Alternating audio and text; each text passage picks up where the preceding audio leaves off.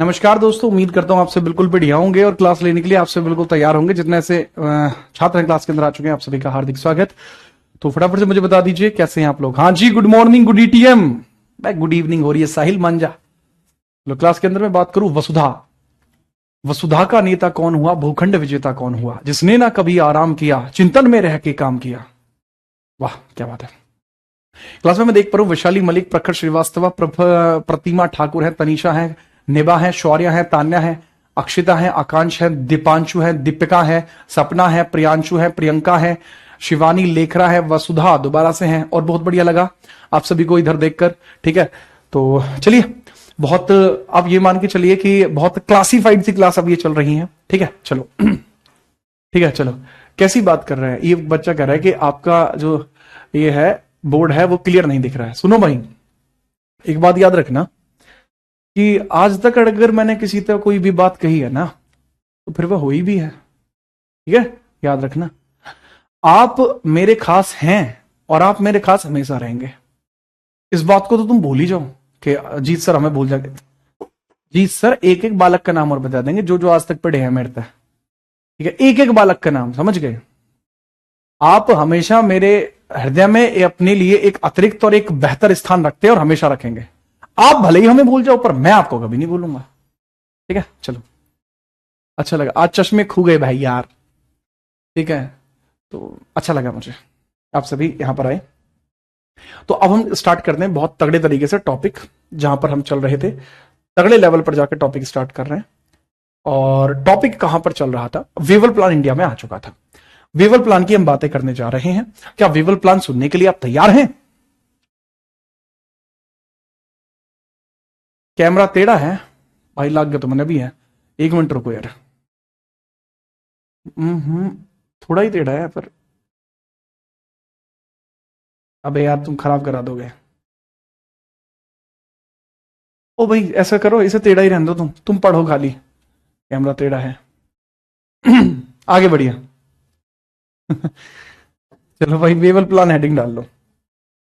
Wavell plan 1945। Clear हो जा? हाँ क्लियर हो गया। तो अब इसके बारे में हम समझते हैं और बढ़िया तरीके से देखते हैं। ठीक है सुजीत, चलो हम नहीं भूलेंगे। अरे थैंक यू।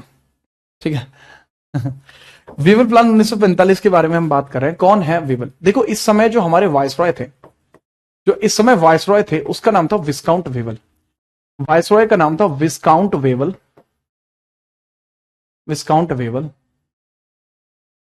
यही बेसिकली आपको देखने को मिल रहा था वेवल प्लान का वास्तविक सूत्रधार। वेवल प्लान का वास्तविक सूत्रधार। ठीक है चलो। वेवल प्लान भारत में कब आता है? सिर्फ 14 जून 1945 में आया। वेवल प्लान में क्या कहा गया कि जैसे ही वर्ल्ड वॉर समाप्त होगा हम भारत को आजाद कर देंगे। ठीक है चलिए। मैंने क्या कहा? इस प्लान का ऑब्जेक्टिव क्या था? इस प्लान का ऑब्जेक्टिव था कि भारत वर्ल्ड वॉर 2 में जापान को सहायता ना दे। भारत वर्ल्ड वॉर 2 में जापान को सहायता ना दे। जापान को सहायता ना दे, न दे, जापान को सहायता ना दे, इस वजह से ऐसा किया गया है। ठीक है, याद रखिएगा। दूसरा, एक और इंपॉर्टेंट बात आपको यहां देखने को मिल रही है कि ऑब्जेक्टिव, चलो ये तो क्लियर हो गया, एक ऑब्जेक्टिव और भी आपको यहां क्लियर होता देखने को मिलेगा। ठीक है चलो, एक और ऑब्जेक्टिव आपको यहां देखने को मिलेगा कि वेवल प्लान में भारतीयों के लिए क्या क्या बातें कही गई थी, कहा गया था। इसमें क्या कहा गया था? ठीक है, तो इसके अंदर क्या कहा गया, इसमें क्या कहा गया था, क्या कहा गया, क्या कहा गया था? What was stated in it? What was stated in it?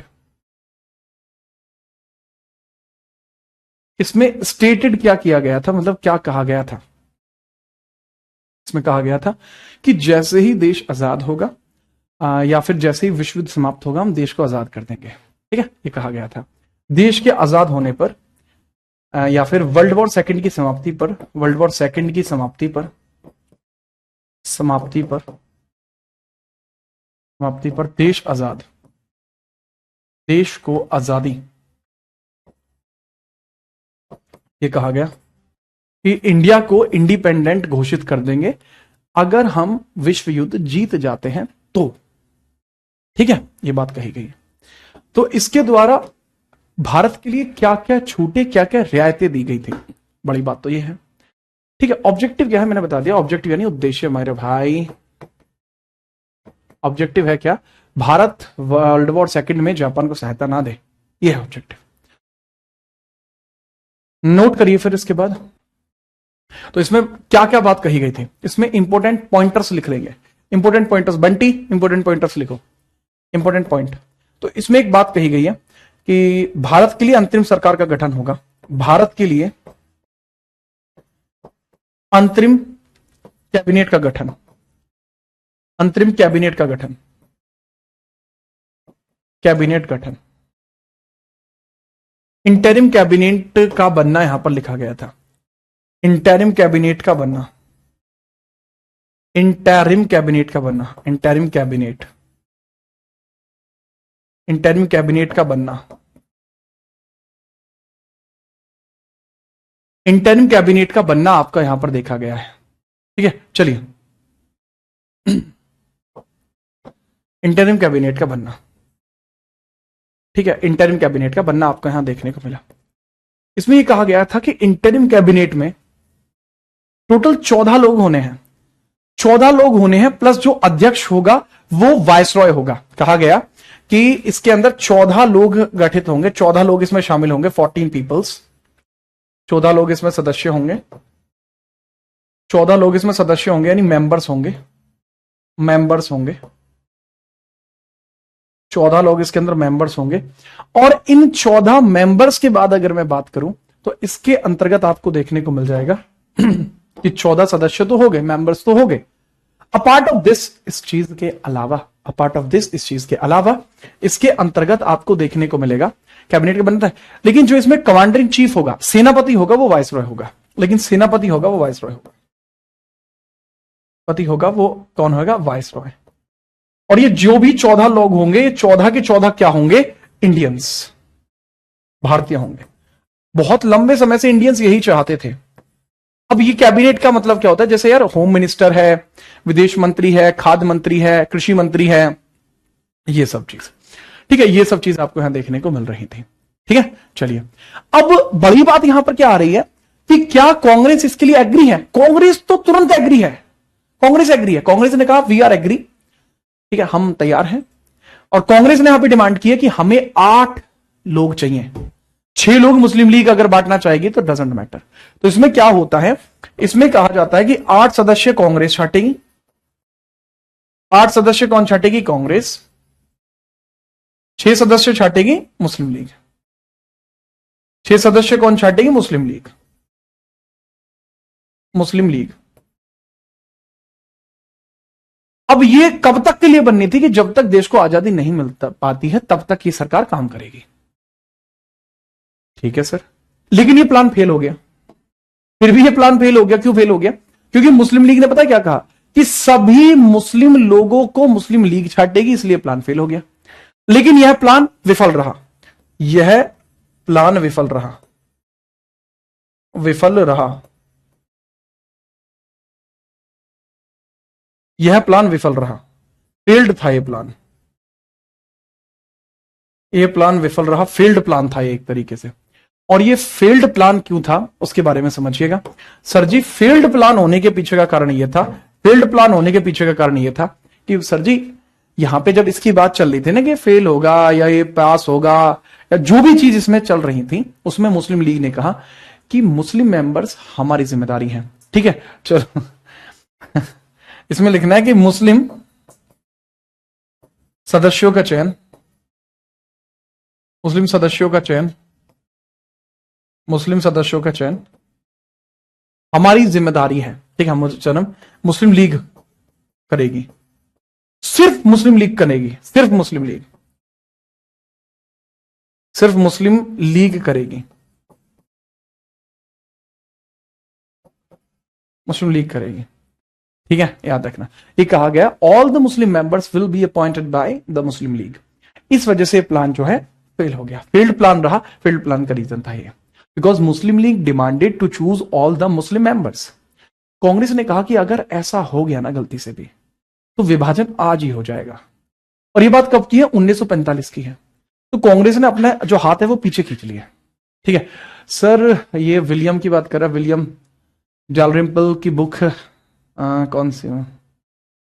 अच्छा, विलियम की बुक किताब के बारे में पूछ रहे हो? ठीक है सर, चलो मैं बता दूंगा। वेवल प्लान में मेंशन था कि सिर्फ जीतने पर इंडिपेंडेंस मिलेगा। जी हाँ, वेवल प्लान में ये बात स्पष्ट थी कि अगर ब्रिटेन जीतती है तो ही वो सत्ता का हस्तांतरण करेगी। और पहुंच गए आप। चल हैं चश्मे आज घर रह गए भाई साहब, अभिषेक भाई चश्मे घर रह गए। ठीक है, आप पहुंच गए। सर आज पॉलिटी की क्लास क्यों नहीं हुई? क्योंकि मैं घर पे था और अभी मैं घर से आया हूं। मैंने बताया था ना कि अभी कुछ चीजें चल रही हैं नॉर्मल, कुछ नॉर्मल नहीं है, तो करेंगे उनको भी नॉर्मल। सब चीज मेरे हाथ में नहीं है, टेंशन मत लो। ठीक है, मेरे शब्दों की कीमत बहुत अधिक है। सीपीयू एग्जाम के लिए वीडियो कब से आएगी? सीपीयू के लिए वीडियो परसों से आएगी। टेलीग्राम का ग्रुप नहीं मिला है? अरे यूट्यूब चैनल पे जाओ, उसके डिस्क्रिप्शन में टेलीग्राम की लिंक है। बहुत बढ़िया, सब बढ़िया। तो चाय वाय पीजिए आप। एक कमेंट कर रहा है, सर आप कीड़देस हो गए हो, चश्मा घर छोड़ी आए। अरे ऐसी बात नहीं है।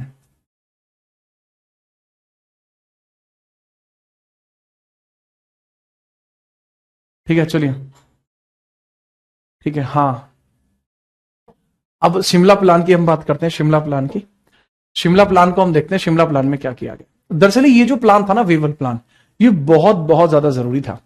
शिमला प्लान बहुत बहुत ज्यादा जरूरी था। ठीक है, और इसी की वजह से सारा का सारा जो मैटर है वो हो रहा था। तो वेवल प्लान पर चर्चा करने के लिए शिमला प्लान का आयोजन किया गया। ठीक है चलिए, तो मैंने क्या बताया? वेवल प्लान पर चर्चा करने के लिए, वेवल प्लान पर चर्चा करने के लिए,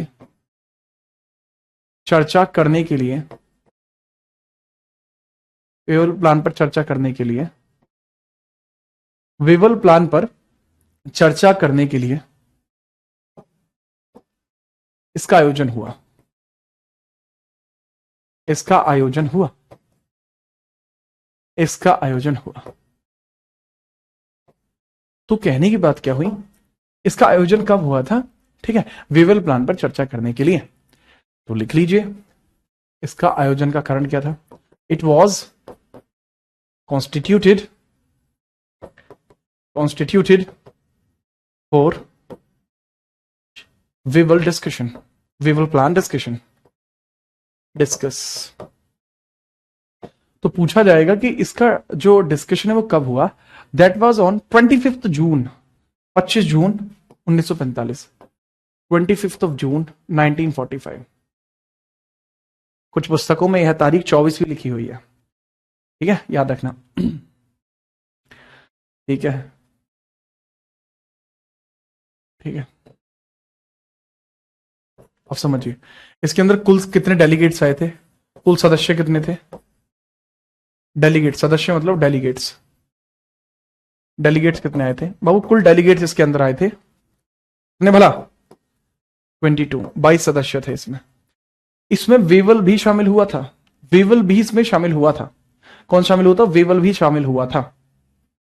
वेवल भी शामिल हुआ था। वेवल भी शामिल हुआ था। विस्काउंट वेवल भी शामिल हुआ।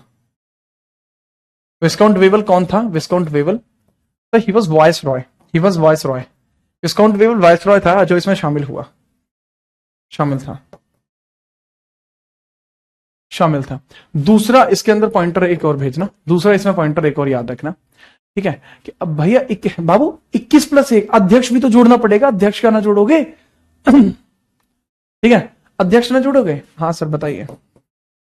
ओ अध्यक्ष भी जोड़ना है। हाँ, अध्यक्ष कौन था? मौलाना अबुल कलाम आजाद। मौलाना अबुल कलाम आजाद, अबुल कलाम। अबुल कलाम आजाद, मौलाना अबुल कलाम, ये है। ठीक है, चलो याद रखिएगा, चेयरमैन है या चेयरमैन। तो ये सारा मैटर आपको देखने को मिला, लेकिन इसका भी आउटपुट या निर्गत क्या निकला, इसका भी आउटपुट या इसका निर्गत क्या निकला, इसका आउटपुट या इसका निर्गत ये निकला कि मुस्लिम लीग की गैर जिम्मेदाराना, मुस्लिम लीग की गैर जिम्मेदाराना मांग के कारण यह भी फेल हो गया। ठीक है, चलिए, ओहो क्या बात है, बहुत बहुत आभार आपका। ठीक है, चलिए, चाय तो साथ ही बढ़िया लगती है, बहुत बढ़िया। ठीक है, आगे आप समझिए कि भाई इसका आउटपुट निकल के ये आता है कि मुस्लिम लीग ने दोबारा से सभी मुस्लिम सदस्यों के चयन की मांग की। मुस्लिम लीग ने सभी मुस्लिम सदस्यों के चयन की मांग की, सभी मुस्लिम सदस्यों के चयन की मांग की, मुस्लिम सदस्यों के चयन की मांग की, चयन की मांग की, मांग की, सभी मुस्लिम सदस्यों के चयन की मांग की। ठीक है, बढ़िया। अब यहां पे आपको ये याद रखना है तगड़े तरीके से, ठीक है, और इसी वजह से फिर से फेल हो गया, अगेन फेल्ड, दोबारा से विफल रहा, अगेन फेल्ड, दोबारा से ये विफल रहा। ठीक है, नोट करिए, मुस्लिम लीग के अड़ियल रवैये के कारण यह एक बार फिर से असफल हो गया। गुरप्रीत का पूछना है कि सर क्या आप एनिमे देखते हो? एनिमे में देखता था यार, ठीक है, देखे हैं कुछ तो मैंने एनिमे देखे हैं, जैसे बाकी हानमा, वो देखा है मैंने, बाकी हानमा, और Doraemon, Oggy and the cockroach, Tom and Jerry, और निंजा हथौड़ी, वो भी देखा है, हमारा पसंद है मुझे उसमें है अरे अरे सौर्या सौर्या, थैंक यू यार। क्या शिमला प्लान कांग्रेस का एक सेशन था? बिल्कुल नहीं, शिमला प्लान बिल्कुल डिफरेंट है। बंटी का कहना है हैंड रिटन नोट्स डलवा दूं, बंटी ने कहा है तो डलवाने पड़ेंगे। ठीक है भाई बंटी, कल डल जाएंगे। हलचल यादव पहली बार देख रहे हैं आपको क्लास में, आपने तो आते ही हलचल कर दी क्लास में।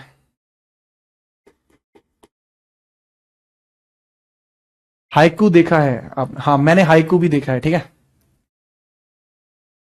हाइकू देखा है, हाँ हाँ, अब बताया गया तो भाई देखा ही है मैंने, कह दिया तो कह दिया।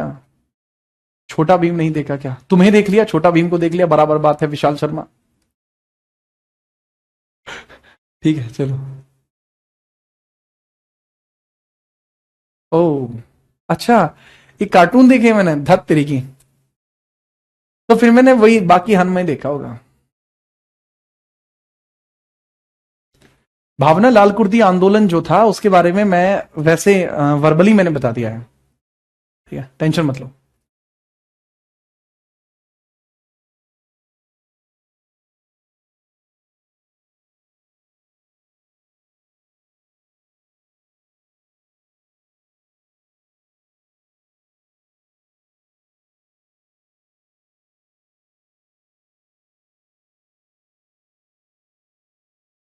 ठीक है चलो,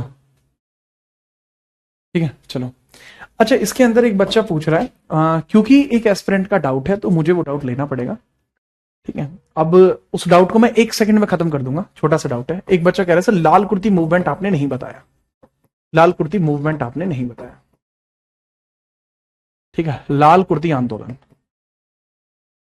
हालांकि मैं इस बात को बता चुका हूं, लेकिन मेरे ख्याल से ये थोड़ा जरूरी हो सकता है, तो एक डाउट सेशन के तौर पर इसको हम पढ़ लेते हैं।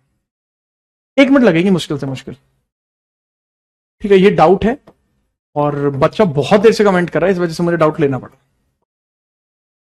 लाल कुर्ती मूवमेंट की स्टार्टिंग होती है 1930 में। ये जो स्टार्ट किया गया था, ये खान अब्दुल गफ्फार खान के द्वारा किया गया था, खान अब्दुल गफ्फार खान के द्वारा, अब्दुल गफ्फार खान के द्वारा, खान ने इसको स्टार्ट किया था। इसको तब स्टार्ट किया गया जब भारत में सविनय अवज्ञा आंदोलन, भारत में सविनय अवज्ञा आंदोलन भारत के सविनय अवज्ञा आंदोलन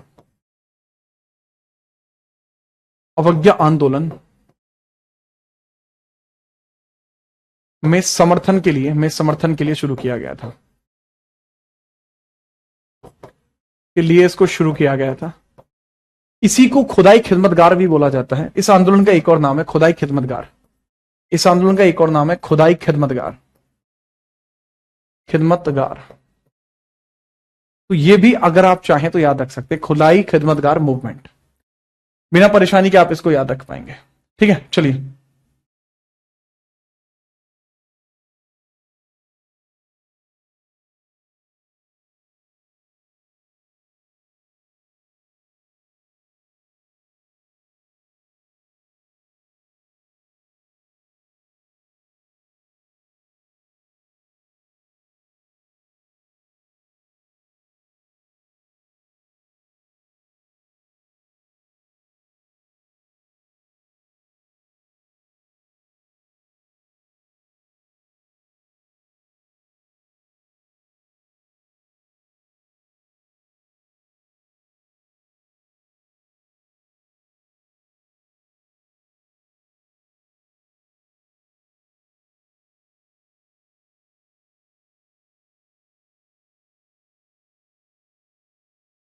ठीक है।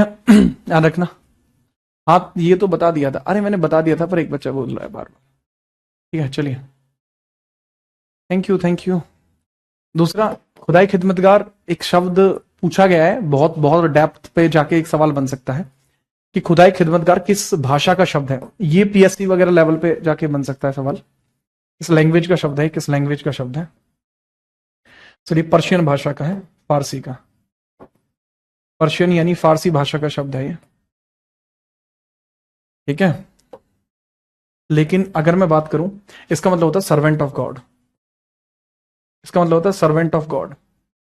या सर्वेंट ऑफ अल्लाह इसको कहा जाता है। ठीक है, तो ये भी आप चाहें तो याद रख सकते हैं। बात खत्म हुई, आगे बढ़ते हैं। तो ये होता है मूवमेंट आपका खत्म। तो इसके बाद क्या होता है उसको समझिएगा। ठीक है, मैं पेज पे ही बताऊंगा। अब दोबारा से आ जाओ। वेवल प्लान फेल हो गया। वेवल प्लान के जस्ट बाद शिमला प्लान आया, शिमला अकॉर्ड आया, वो भी फेल हो गया। तो जब ये दोनों फेल होते हैं तो इन दोनों के बाद वर्ल्ड वॉर भी खत्म हो जाता है। अब वर्ल्ड वॉर कैसे खत्म हुआ है उसके बारे में थोड़ा सा जानते हैं। बात है 6 अगस्त 1945 की। 6 अगस्त 1945 की। ठीक है, बहुत इसको ना बहुत डेप्थ में लिखवाऊंगा, तो थोड़ा डेप्थ में लिखना इस वाले पॉइंट को। बात है 6 अगस्त 1945। जापान के हिरोशिमा शहर में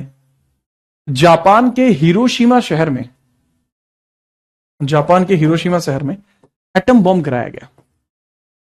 जापान के हिरोशिमा शहर में एटम बॉम्ब गिराया गया। हिरोशिमा शहर में एटम बॉम्ब गिराया गया। परमाणु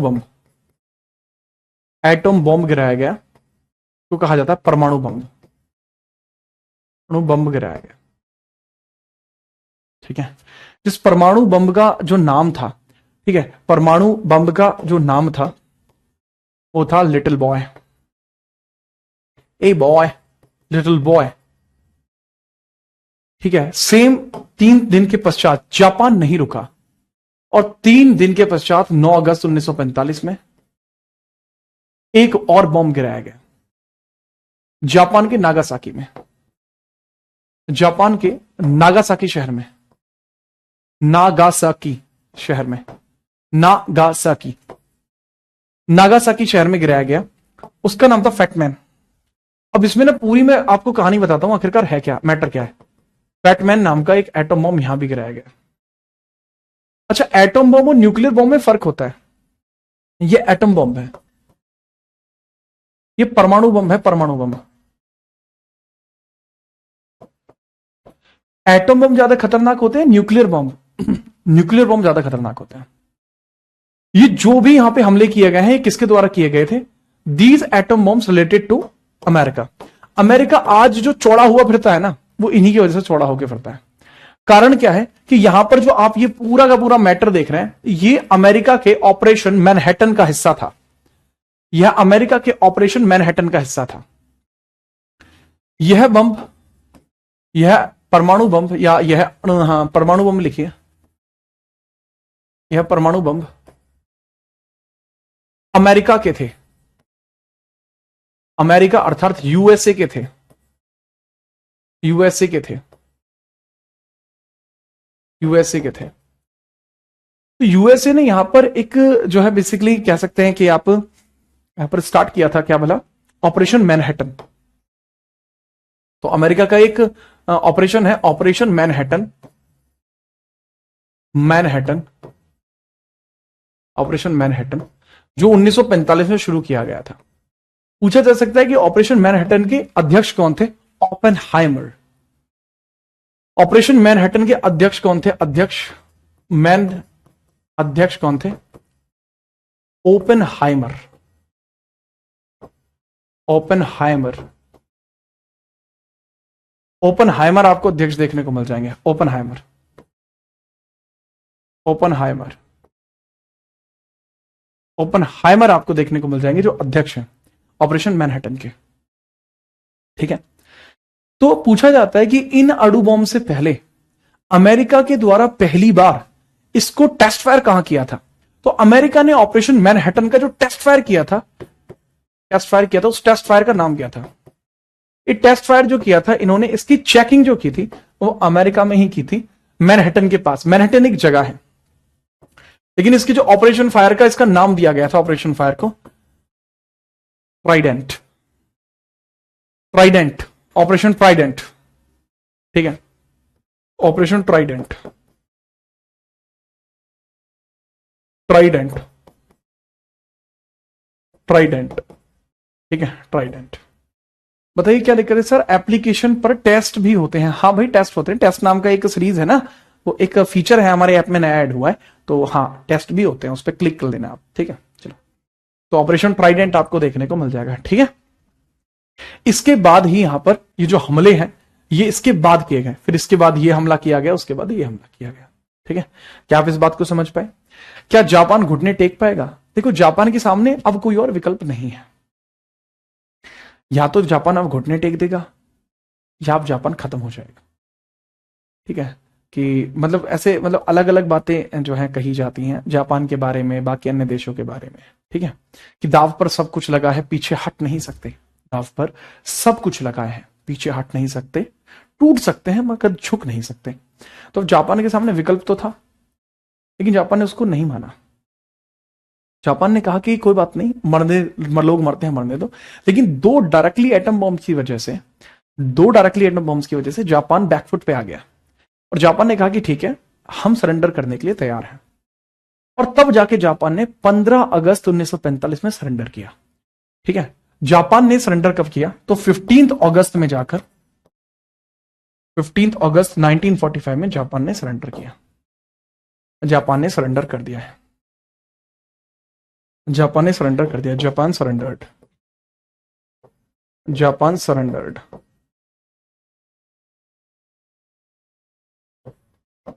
जापान ने क्या किया है? सरेंडर कर दिया है, आत्मसमर्पण कर दिया है। जापान का आत्मसमर्पण, का आत्मसमर्पण, समर्पण, जापान का आत्मसमर्पण यहां पर हो चुका है। ठीक है, चलिए,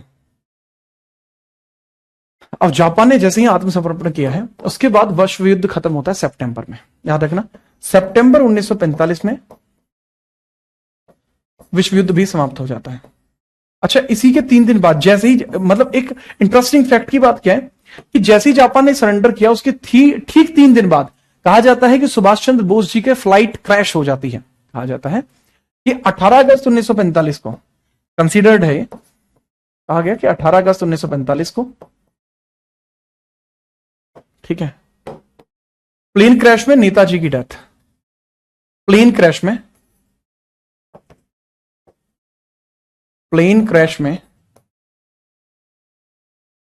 नेताजी की डेथ, नेताजी की डेथ, कि प्लेन क्रैश हुआ और प्लेन क्रैश में नेताजी की डेथ हो गई। इसके बाद सितंबर में जाके वर्ल्ड वॉर समाप्त हुआ। इसके बाद सितंबर 1945 में वर्ल्ड वॉर कंक्लूड हुआ, वर्ल्ड वॉर सेकंड समाप्त हुआ। समाप्त होने को बोलते हैं कॉन्क्लूडेड, कॉन्क्लूडेड। ठीक है, चलिए कॉन्क्लूडेड हो जाता है, यानी समाप्त हो जाता है। और इसी के एवज में 24 अक्टूबर 1945 में यूएन की स्थापना हुई। यूएन की स्थापना, यूएन की स्थापना। यूएन का मतलब क्या है? संयुक्त राष्ट्र, संयुक्त राष्ट्र। जब बना था तो बहुत सारे देश इसमें शामिल थे, और यूएन जो है, यूएन यूएन यूएन की स्थापना जब यहां पर हुई है तो इसका एक ही ऑब्जेक्टिव है, अंतरराष्ट्रीय स्तर पर शांति। अंतरराष्ट्रीय स्तर पर शांति, अंतरराष्ट्रीय स्तर पर शांति करना इसका काम है, माहौल बना के रखना इसका काम है। अंतरराष्ट्रीय स्तर पर शांति करना, माहौल बना के रखना इसका काम है। बहुत बढ़िया। तो इंटरनेशनल लेवल पर पीस यहां पर इसने मेंटेन कर दिया। ठीक है सर, यूएन की स्थापना संयुक्त राष्ट्र के द्वारा की गई है। भारत 30 अक्टूबर के सदस्य बना। 30 अक्टूबर 1945 में भारत सदस्य बनता है। भारत सदस्य बना। भारत कब सदस्य बना? जैसे मैंने बताया 30 अक्टूबर 1945 में भारत सदस्य बना। भारत सदस्य बना, भारत सदस्य बना। बड़ी बात यह है कि जब जैसे भारत यहां पे सदस्य बना है इस चीज का, ठीक है, the point is India became its member. Point बनता है कि इंडिया इसका मेंबर बन गया, सदस्य बन गया। ठीक है, और जैसे इंडिया इसका मेंबर बनता है तो इंडिया में पीस मेंटेन करना भी इसी ऑर्गेनाइजेशन का काम हो गया। तो अब ये ऑर्गेनाइजेशन चाहती थी इंटरनेशनल पीस। अब इंटरनेशनल पीस प्राप्त करने के लिए भारत के अंदर शांति होनी चाहिए थी, लेकिन भारत संघर्ष कर रहा था आजादी के लिए, भारत संघर्ष कर रहा था। दूसरी तरफ अगर हम देखें 1945 में ब्रिटेन में इलेक्शन हुए, यहां पर एक दूसरी पार्टी जीत गई। दूसरा, 1945 में ब्रिटेन के इलेक्शन हुए थे, लेबर पार्टी इलेक्शन जीत गई, ब्रिटेन इलेक्शन। इस बार ब्रिटेन के इलेक्शन में कौन जीतती है? Labour party. ब्रिटेन के इलेक्शन में कौन जीतती है? Labour party won the election. Labour party won the election. Labour party, labour party यहां पर इलेक्शन जीत गई। अब लेबर पार्टी के जो पीएम है उनका नाम क्या था सर? उनका नाम था क्लीमेंट एटले। क्लीमेंट एटले, क्लीमेंट, क्लीमेंट एटली। तो क्लीमेंट एटली यहां पर इलेक्शन जीते हैं, और जैसे ही क्लीमेंट भाई यहां इलेक्शन जीते हैं ना, क्लीमेंट आए, क्लीमेंट इलेक्शन जीत गए। तो क्लीमेंट के इलेक्शन जीतते ही बहुत सारी बातें क्लियर हो गई कि क्लीमेंट यहां इलेक्शन जीता। क्लीमेंट इस पक्ष में था कि भारत को आजादी दी जाए। क्यों दी जाए? क्योंकि भाई भारत को आजादी मिलना बहुत जरूरी है। ये कह रहा है कि हम भारत को एक ऐसे पहिए की तरह खचेड़ रहे हैं जिसमें पंचर हो चुका है। ठीक है, तो we are just dragging the India like a dead body. इस तरीके से इसके स्टेटमेंट दिए गए हैं कि अब हमें भारत को नहीं खींचना चाहिए। जितना पैसा हम भारत के ऊपर कब्जा करने में लगा रहे हैं, उतने पैसे से ब्रिटेन का बहुत बड़े लेवल पर डेवलपमेंट हो जाएगा। ऐसी बातें निकलकर सामने आई। नोट करो, आगे बढ़ते हैं।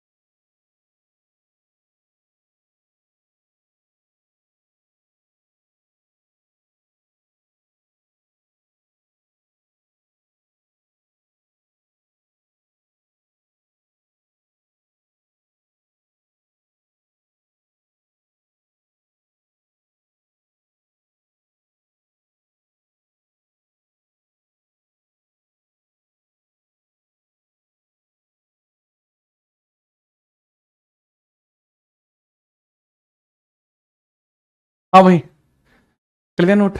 चलो। हाँ, हम तो आपके साथ ही नोट करते हैं। अरे है सर, आज क्लास शायद 3 घंटे हो जाए। अच्छा सचिन, कोई दिक्कत नहीं है सर, हमारे देव में देवी चित्रलेखा जी का कथा वचन चल रहा है। अच्छा सर, आप कभी आगरा आए हो? यार पेपर के लिए आया था, लेखपाल का पेपर था मेरा आगरा में। जो उत्तर प्रदेश में होता है ना लेखपाल की परीक्षा, तो वो आगरा में थी मेरी। तो आगरा में जब मैं पहुंचा तो वहां पे बहुत सारे पंछी उड़ रहे थे। फिर मुझे बाद में पता लगा ये तो पेठा है, पंछी पेठा है। ठीक है, पर मुझे बढ़िया लगता है आगरा। ठीक है, याद रखना। ठीक है, बोलो शंकर भगवान की जय। जय भाई जय। आगे बढ़ो, आगे देखिए क्या है।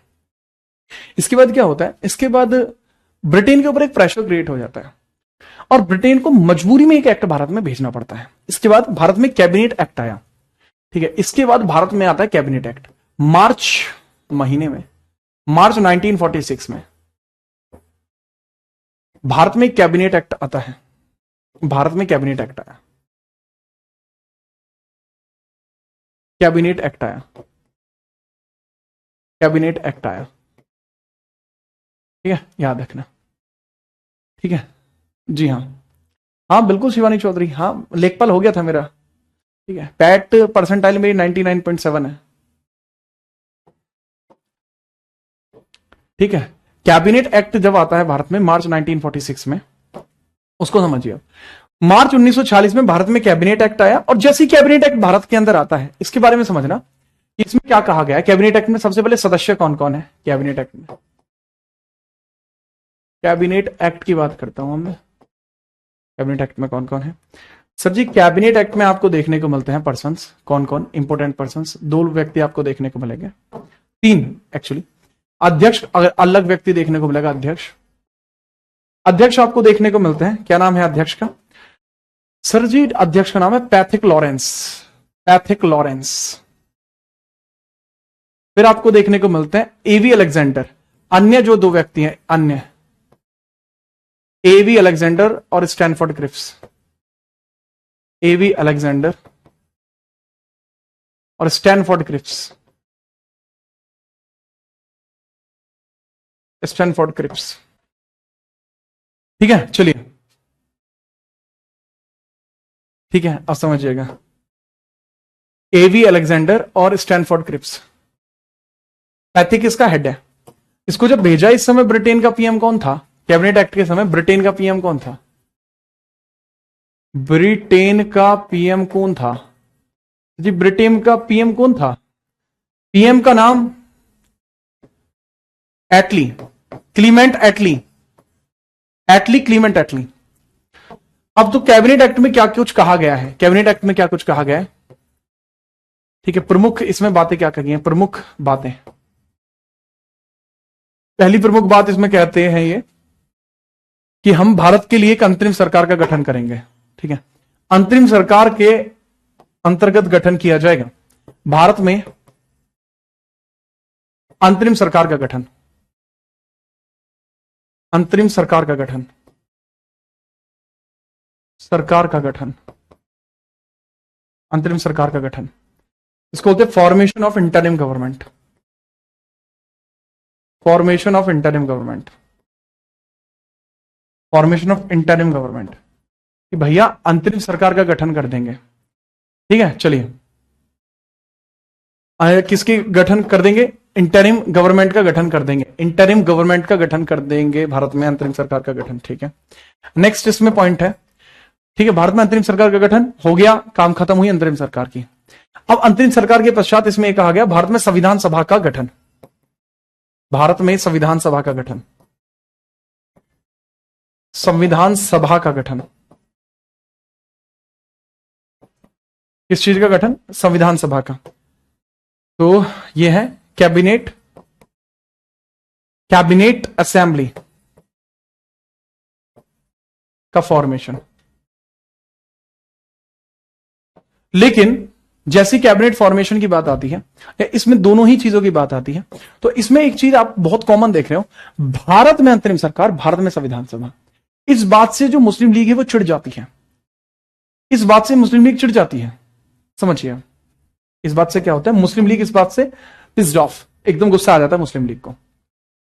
ठीक है, मुस्लिम लीग इसमें शामिल नहीं होती। मुस्लिम लीग पाकिस्तान की मांग करते हुए कैबिनेट मिशन का विरोध करती है।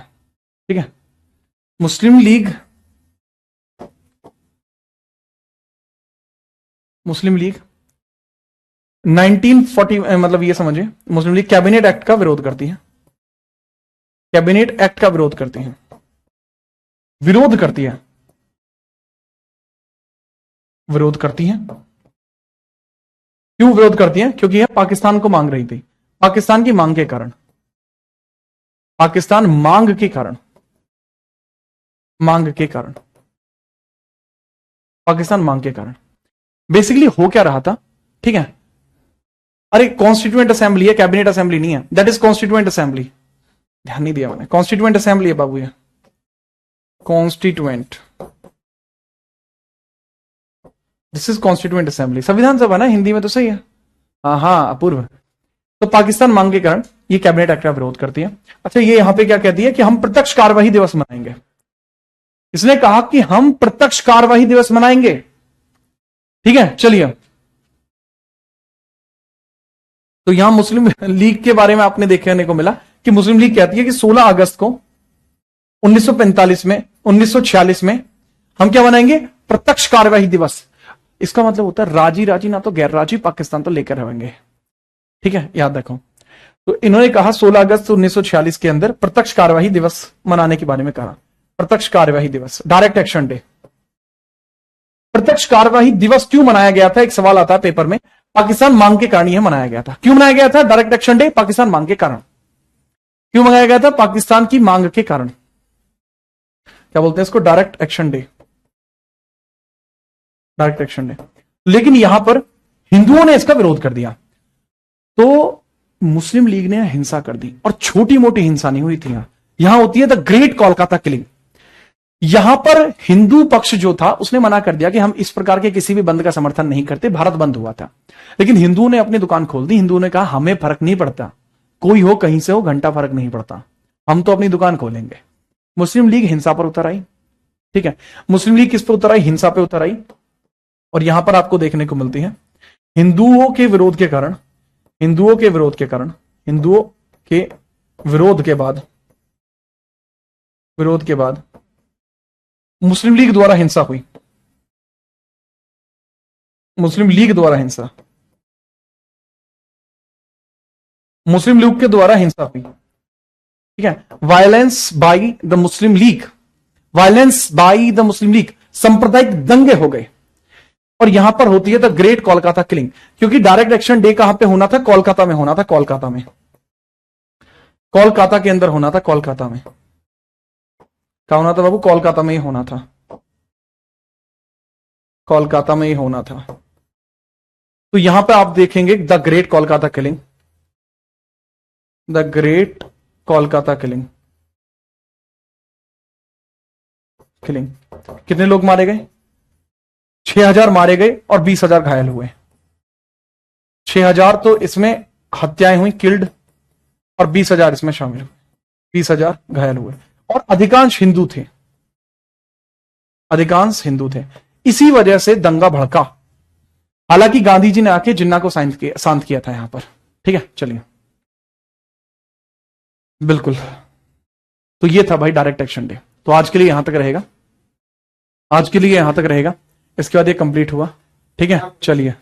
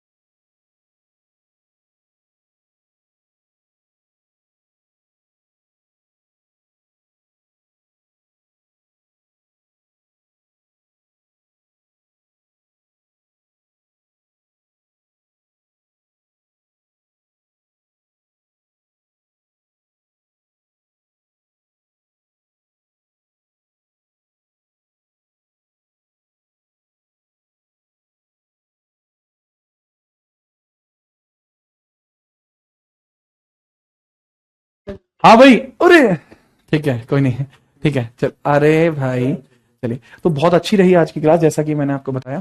ठीक है, ये जो कह रहा प्रीत, हाँ भाई उसी का हूं मैं, टेंशन मत लो, खुल के खेलो तुम। अच्छा, ये जो मैंने बताया कैबिनेट एक्ट आपका कंप्लीट होता है, इसके आगे की जो भी कार्यवाही है वो हम कल देखेंगे। अच्छा, एक और बात, कल की क्लास में आपकी जो नोट्स हैं वो अपलोड हो जाएंगे हैंड रिटन।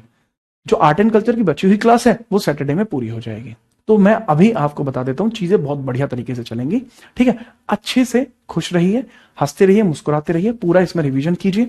बचा हुआ पोर्शन हम कल करेंगे और कल आपकी जो मॉडर्न हिस्ट्री है वो कंप्लीट हो जाएगी। ठीक है, तो कल सब नहा धो के, ठीक है, एकदम बालों में चमेली का तेल लगा के आना, बढ़िया तरीके से खुल कर खेलना है, कल इसको कंप्लीट कर देंगे। ठीक है, चलिए मिलते हैं कल, तब तक के लिए जय हिंद, वंदे मातरम।